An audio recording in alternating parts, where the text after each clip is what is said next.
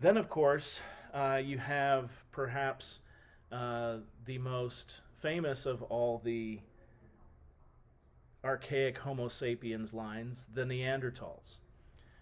Far from being the examples of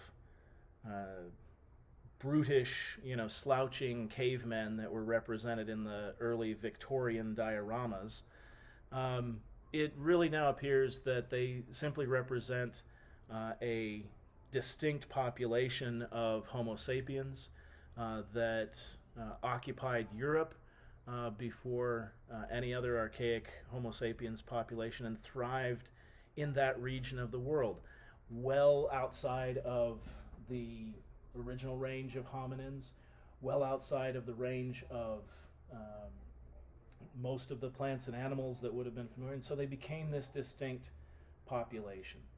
Here you can see a couple of reconstructions of a man and a woman. Again, perhaps with distinctive features, but certainly not outside the range of what is recognizably human. And what's also interesting is that many Neanderthals had red hair. They've identified the gene for red hair in Neanderthal fossil specimens. And it turns out that many Europeans and many people around the world, but especially high in frequency among Europeans and Native Americans, is Neanderthal DNA. As much as 3, occasionally 4% DNA in these European and Native American populations can be traced to Neanderthal ancestry. And you ask about what the Native American populations, it's like, well, this has to do with the circumpolar route taken by the ancestor of today's Native Americans, which we'll talk about soon in a lecture. But this confirmation of ancestry is particularly interesting because now what that means is that by the biological definition, Neanderthals were not a separate species from us, because if they were capable of reproducing and passing on their genes to populations today, I myself am only 1.5% Neanderthal. I was a little disappointed at that low score, but hey, 1.5% is still 1.5%. And that presence of Neanderthal DNA in modern populations indicates that they were in fact the same species as us, and capable of producing fertile offspring who passed on their shared ancestry to their children and their grandchildren and so on and so forth.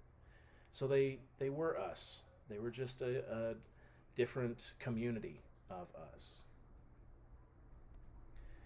You can see here on the left sort of a forensic reconstruction of a Neanderthal, and here on the right you can see some of the characteristics that are often associated with Neanderthals. The sort of low, elongated cranium, the pronounced occipital bun, relatively low forehead, lack of a pronounced chin. But what is really important to point out is that on average, if you take all the different examples of Neanderthals, hundreds of examples of Neanderthals that are known, and average out their cranial capacities, Neanderthals actually had larger, by size, larger brains than you and I. So again, that perception of them that was created in the Victorian era in the 1900s, and we'll talk about all the other things that were so amazing about how they interpreted things in the 1900s, turns out to probably be a gross imagination of what the data actually say. There's no indication that Neanderthals couldn't talk. There's no indication that they didn't have social interaction. It's now confirmed that they did have some kinds of artistic expression, and there's even a really fascinating evidence now coming out from new discoveries in Western Europe that the Neanderthal populations that were coming into contact with these modern human populations that were moving into Europe around 40,000 years ago, it seems like they actually began to adopt certain kinds of ideas and concepts. The technology, there seems to be Neanderthal technological traditions that are borrowing components from um, modern human populations. So there even seems to be the capability of, um, intercultural exchange of knowledge between these Neanderthals and modern humans. And notice I said cultural and not species, because as we already defined, they're not a separate species. So very different, very distinct population, but not as different as is often represented.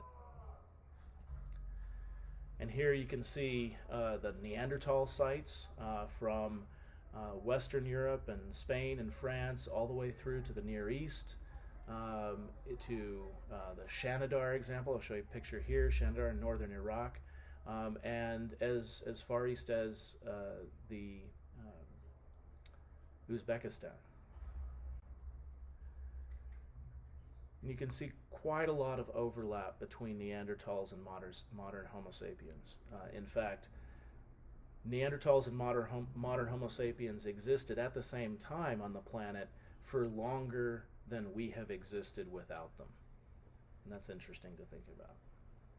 You can see some of the different kinds of technology, especially the Levallois technique, where you take this raw nodule, you shape it in a very particular fashion, and then you're able to remove with a single strike a spear-pointed blade, a spear-pointed shaped blade that can be used as a knife, a spear point, a lot of different things. But the whole kind of setup is dozens and dozens of steps that have to be followed in a very particular order to produce with one strike this desired result. And so again, in terms of cognition, this demonstrates a lot. Here's a reconstruction of Neanderthal community, some individuals here. And the flower burial at Shanidar in Iraq is one of the earliest examples known in the world for intentional burial. And this burial of an adult male in this cave site was conducted in such a way that large numbers of flowers were actually included in the burial. And this is the earliest evidence of that association between flowers and mortuary rituals that we have in the world. So if Neanderthals were capable of this, then really were they as different as we have perceived them to be. The different movements of populations. You have the first diaspora, you can see there in yellow, the movement of Homo erectus out of Africa into Europe and East Asia and Southeast Asia. You then have the second diaspora, or the Great Diaspora, where you see anatomically and behaviorally modern humans, behavioral being the key factor, behaviorally modern humans beginning around 70,000 years ago, moving not just into Europe and displacing the Neanderthal, but moving into Southeast Asia, being the first hominins to occupy the Australian continent, and moving all the way into the Americas. You can see here, when you draw the map out this way, you realize the size and the length of the migration that brought the ancestors of today's First Nations, indigenous populations of the Americas. That was the longest migration ever undertaken by humans in their history. Until we migrate to another planet, that'll have to hold the record. And you can see here some of the variation in these early specimens of what we call anatomically modern humans. The much rounder compared to Neanderthals brain case. The chin, which interestingly enough, I should point out, they often say that Neanderthals lack a chin, but they don't actually.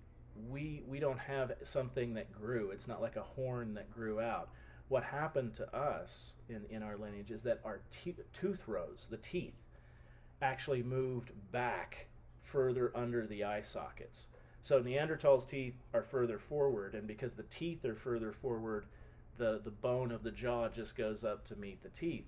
But if the teeth move backwards, you kind of push them in there like Play-Doh, then there's going to be, the chin is going to stay sticking out.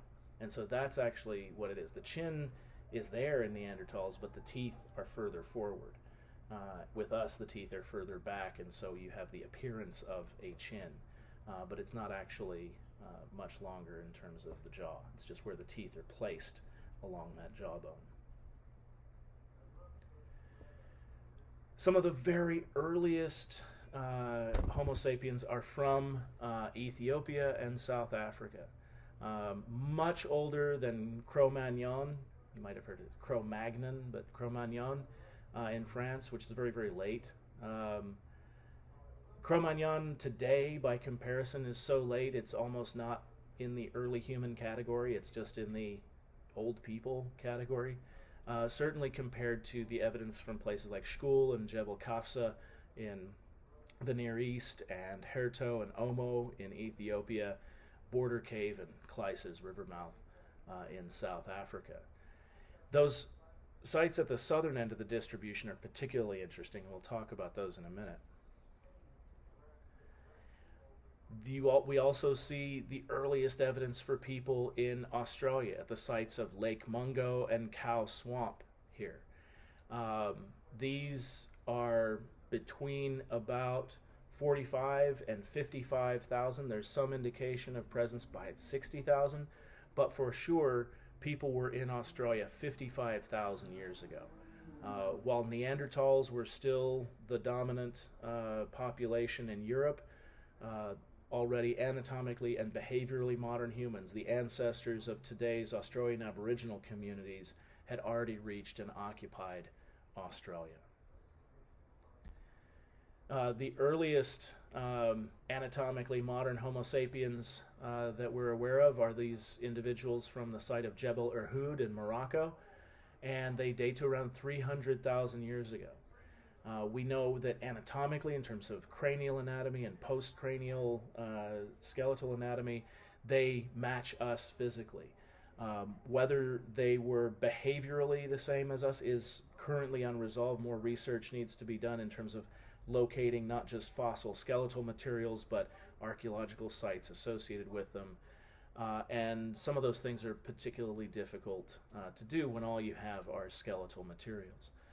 And on the right there you see a reconstruction, a digital reconstruction of this Jebel Irhoud individual, the earliest known anatomically modern Homo sapiens. We know that by between 90 and 80,000 years ago in Central Africa, humans are capable of making tools like these harpoons, which they're using to harpoon these giant catfish that are like 200 plus pound catfish are being harpooned in the rivers of Central Africa between 90 and 80,000 years ago.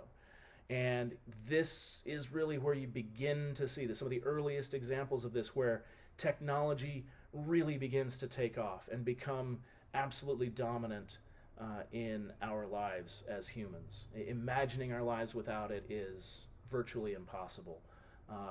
And I don't mean by technology, digital technology, I mean bone harpoons technology really becomes the dominant way that humans interact with the world around them. And so these are some of the earliest, most sophisticated tools known, far earlier than any examples like this outside of Europe, outside of Africa, are these from Katanda. Other early Upper Paleolithic technologies, you begin to see very refined bifaces and spear points. You begin to see the manufacture of blades of stone. Rather than everything being a hand axe, people begin to make very sophisticated composite tools using standardized shaped thin blades of stone that you can put in and out of a haft. As one becomes dull, you can throw that one away and put in a new sharp one, like old style razor blades, right? And these technologies, not only do you see these that I'm showing here, but technologies seem to proliferate in their variety, depending upon the circumstances, depending upon the raw materials, depending upon the resources that you're hunting. You're not going to use a harpoon against an elephant, right? That'd be a very Wile E. Coyote kind of thing to do. But the proliferation of technology really begins rapidly here in the Upper Paleolithic with after Katanda. And then in southern Africa, all over the place, at a number of different localities, we begin to see the earliest evidence of symbolic behavior around 70,000 years ago, right after a major eruption of a volcano in Indonesia by the name of Toba, which created massive and rapid shifts in climate and precipitation, and which, based upon the DNA evidence that we have, may have actually dropped the effective population of humans on the planet to less than 2,000. You're talking about, a serious, kind of apocalyptic Walking Dead type scenario with fewer than 2,000 people left on the entire planet. Right after that, it really seems like you see a true explosion of technology and symbolic behavior and migration. It really seems that catalyst created the survival of the smartest, the survival of the cleverest, the survival of the most willing to adapt and change, rather than the strongest, right? And so it's a dramatic shift in the development of humanity, where we see evidence for the use of paint and symbols and abstractions. It's a whole new way to communicate, right? Just like the printing press, just like the internet, this was a whole new way to communicate concepts and ideas that hadn't existed before. Some of the oldest painted art in the world, currently believed to be older than any of the painted art in Europe, dates to around 40,000 years ago in Indonesia. And here you can see some of the examples. You can see a small species of island deer and pigs there, as well as a couple of hand stencils on the wall there. And this is very recently discovered and press released. So it has not been fully investigated at this point, but it's believed to be around 40,000 years old. The earliest reports of this happened a few years ago, and it's been confirmed by initial estimates. Chauvet Cave in France is the oldest gallery of art in Europe and dates to around 32,000 years ago. And this is just one small piece of just an epic gallery of ancient art that's one of the most magnificent known. And of course, Lascaux, you've heard of, and Altamira in Spain, and those are only about 17,000 years old. But you can see that from those earliest sophisticated technologies in Katanda and in South Africa, by 40,000 years ago, by 30,000 years ago, people all over the globe are producing incredibly sophisticated examples of art and communication, and are absolutely fully modern in every sense of the term, in terms of behavior, in terms of language, in terms of capacity for learning and teaching. So this is, these are just sort of some of the later examples, the high points of some of these different traditions, but they define sort of this era of human history. But the story's even more complex than that. Can you believe it? So we have Homo sapiens. We've talked about the Neanderthals a little bit. But it's not just the Australopithecines and then archaic Homo sapiens and then Neanderthals and whatnot. Now, we know that there were at least 3 other species of hominins that were contemporary with our early Homo sapiens and Neanderthal ancestors. And those include species from the Indonesian island of Flores, the Philippine island of Luzon, and the Denisovans from Siberia and East Asia. So at one point, probably as late as about 40,000 years ago, there were as many as 5 different kinds of people, hominins, on the planet. That we know the Homo sapiens and the Neanderthals and the Denisovans were actually closely enough related to one another to be able to interbreed, as we'll talk about here in a second.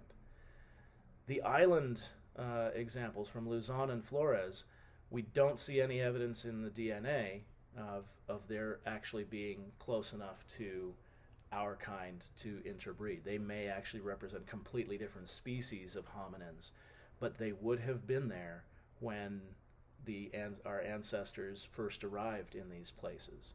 And so our ancestors would have contacted entirely different species of sentient, bipedal, tool-using hominins.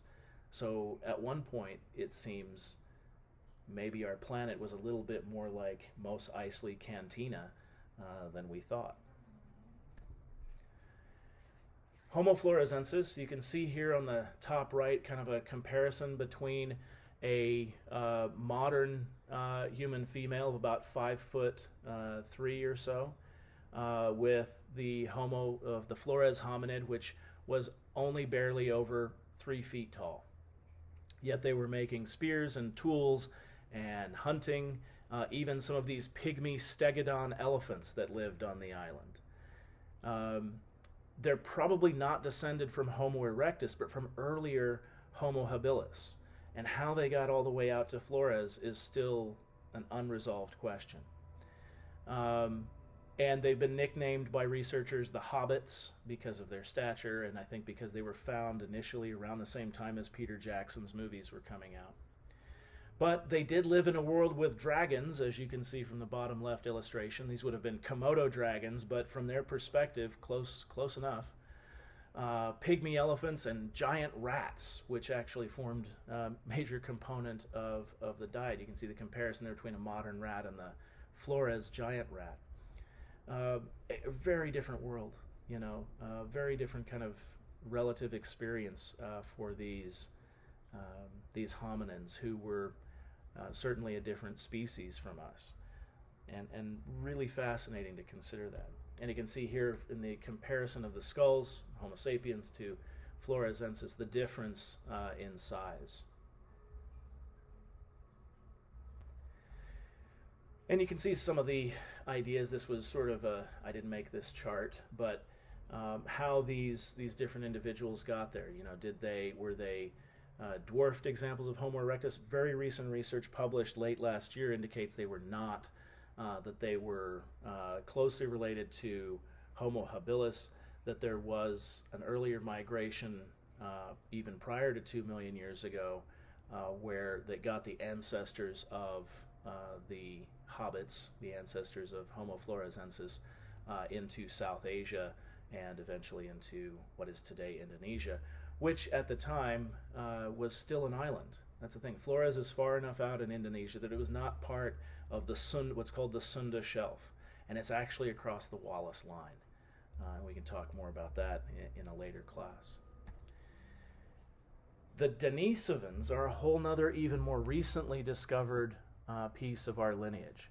And they diverged from the Neanderthal lineage probably around 300,000 years ago.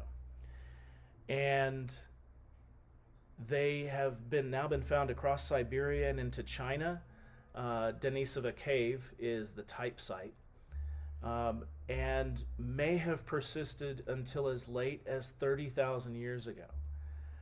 What you can see here on the right is an artist's reconstruction based upon the extensive genetic analysis they've done on the teeth and bones that they found at these different sites in Siberia and China, and using that genetic traits that they're able to recover from these to come up with a generalized idea of what this young woman would have looked like.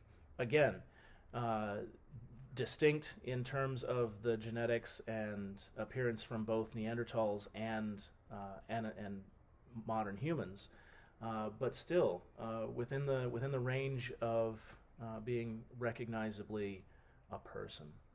What's really fascinating is that there were multiple lines of interbreeding with both Neanderthals in the western part of the range of the Denisovans, as well as modern humans in Siberia and East Asia. And modern human populations from Southeast Asia and Australasia, particularly the populations in New Guinea and Australia bear as much as 6% Denisovan ancestry. And so it seems that the Denisovans may have actually interbred even more with modern humans than did the Neanderthals. Either that or there were more of them. One of the new ideas about the disappearance of the Neanderthals is that they may have lived in very small populations, given the harshness of the Ice Age climate in Europe and the frequent relocations necessitated by the glacial periods.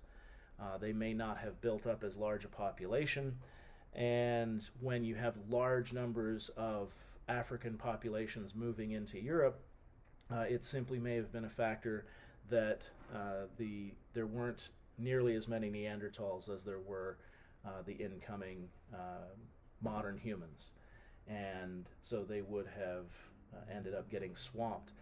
If the Denisovans, living in places like South Asia and Indonesia and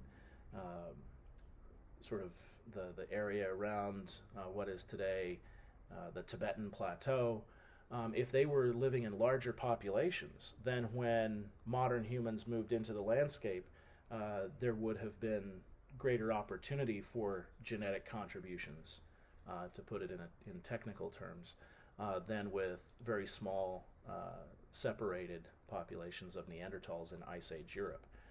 Sometimes the environment and demographics can play a role in these processes as well.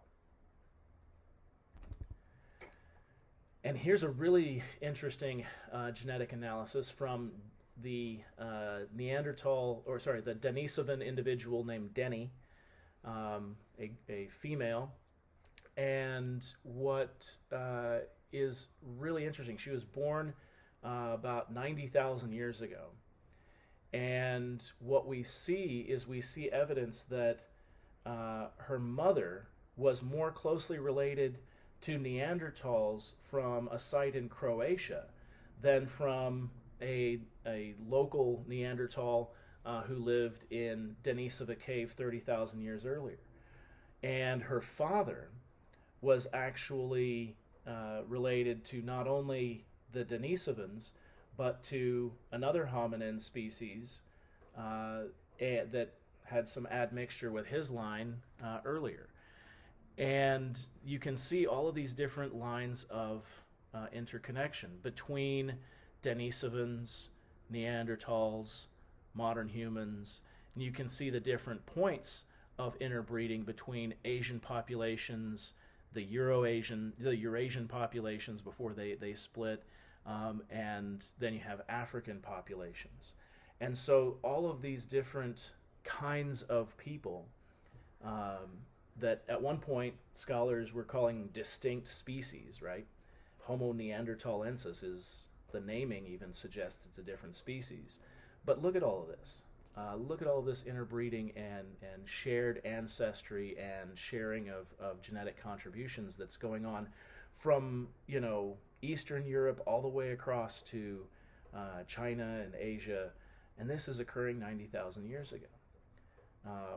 And it really highlights the fact that the notion of any kind of population at any point in history, even in the deep, deep past, being somehow all one thing, is absolutely a complete fiction. Not even at the roots of our species have we ever been all one thing, right?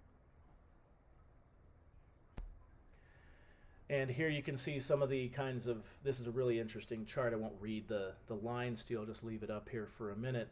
But it's showing things like the Wallace Line, a deep water boundary there between Borneo and Java and the rest of East Indonesia, the island of Sulawesi, Flores, New Guinea, etc. That's never been land, right? That's always been deep enough water that everything to the east has always been separated from the west, at least in the last 2 million years that we're talking about here. And that may have prevented frequent mixing from hominids on either side. So this may have been one of the things that produced some of those distinct populations, like the Luzonensis or the Floresensis. And you also see that the Altai Denisovans, the Denisovans from Siberia and Northeast Asia, were distinct from the Denisovans from Southeast Asia. We're able to see the genetic differences there. And yet, if you look on the chart below, you can see all of these multiple points of interbreeding between the Papuans and Southeast Asians, East Asians and Siberians.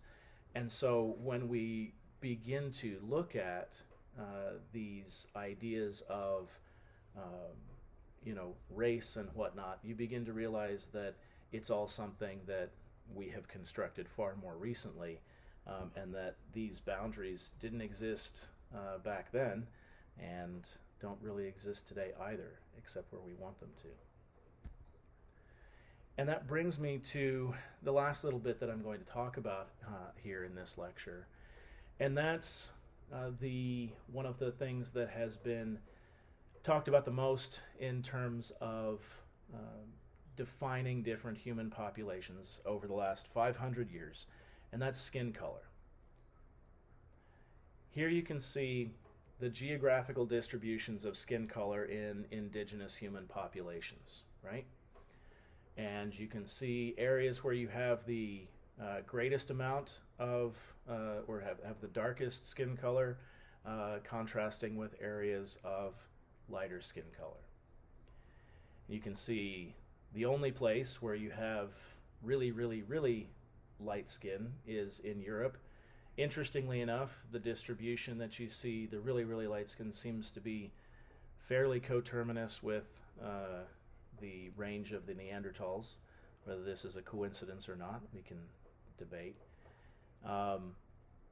But you also see the areas where you have the oldest established human populations.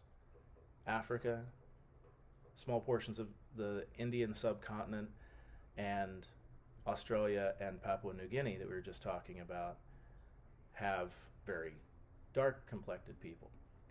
And yet, genetically, the populations from Australia and sub-Saharan Africa are not more closely related to one another than either of those is to Europeans. Sub-Saharan Africans are equally related to Europeans and Australians. How does that work? Because what you're seeing here on this map is not a map of relatedness, not a map of ancestry, but is a map of human biological response to particular stimuli. And what are those? Well, what you're looking at is basically a distribution of ultraviolet radiation. Human beings need a couple of things that are related to this story.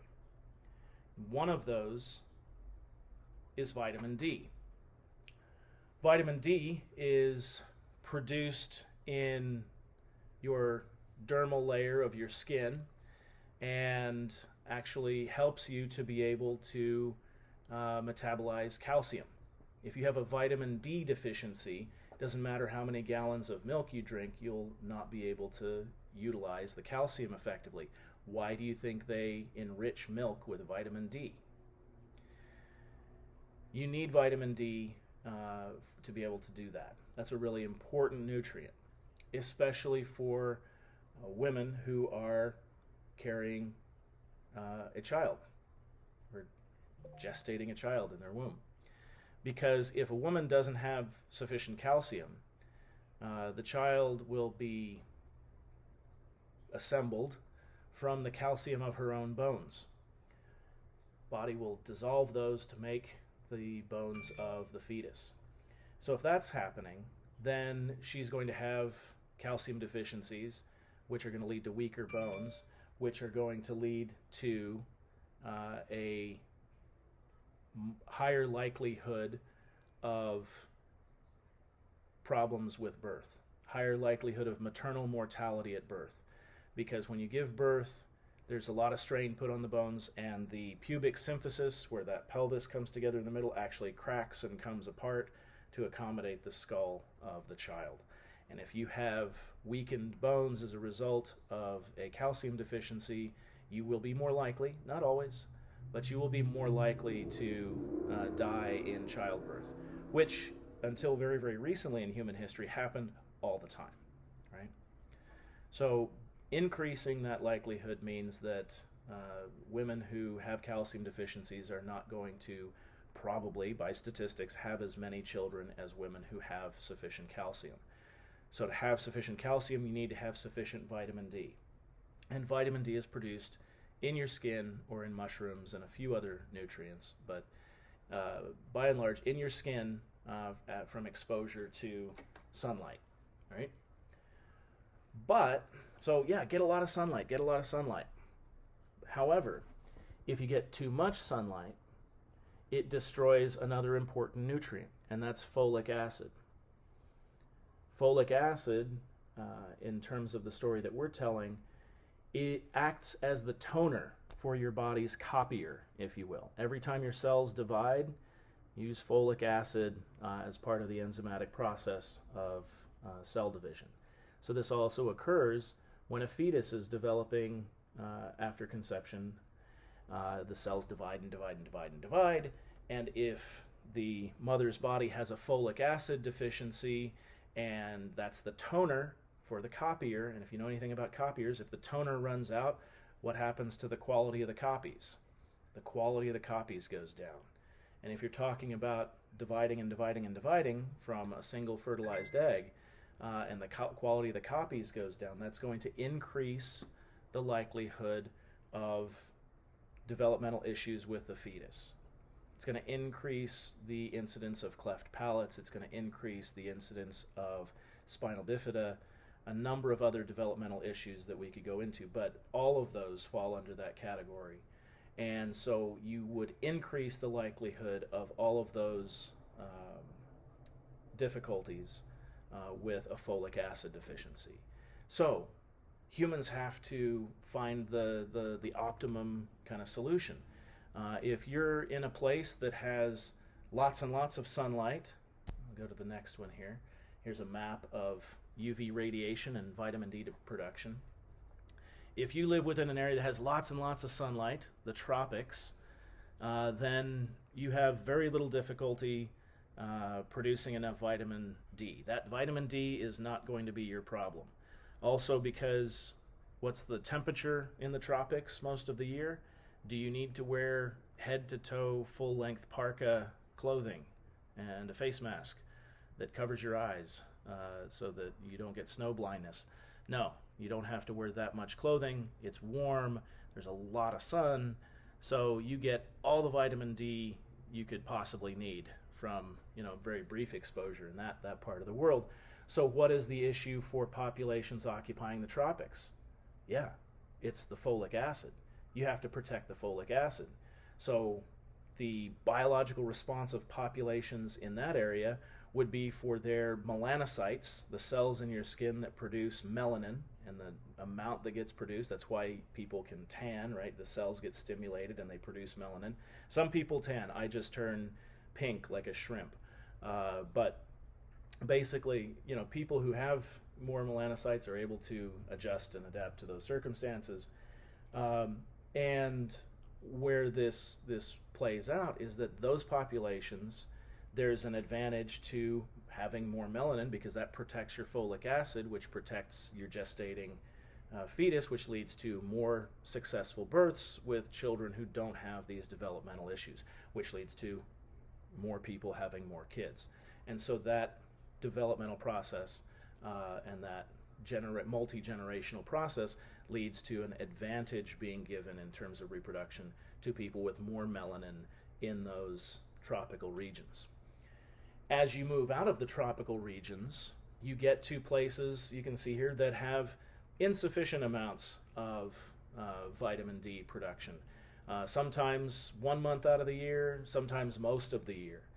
And if you're not getting enough vitamin D, then you're having those calcium deficiencies. Then you're having issues with lactation, you're having issues with osteoporosis, you're having issues with maternal and infant mortality, so on and so forth.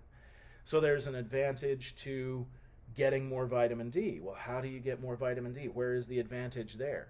Well, the advantage there would be to having less melanin, less tinting on the window, so to speak.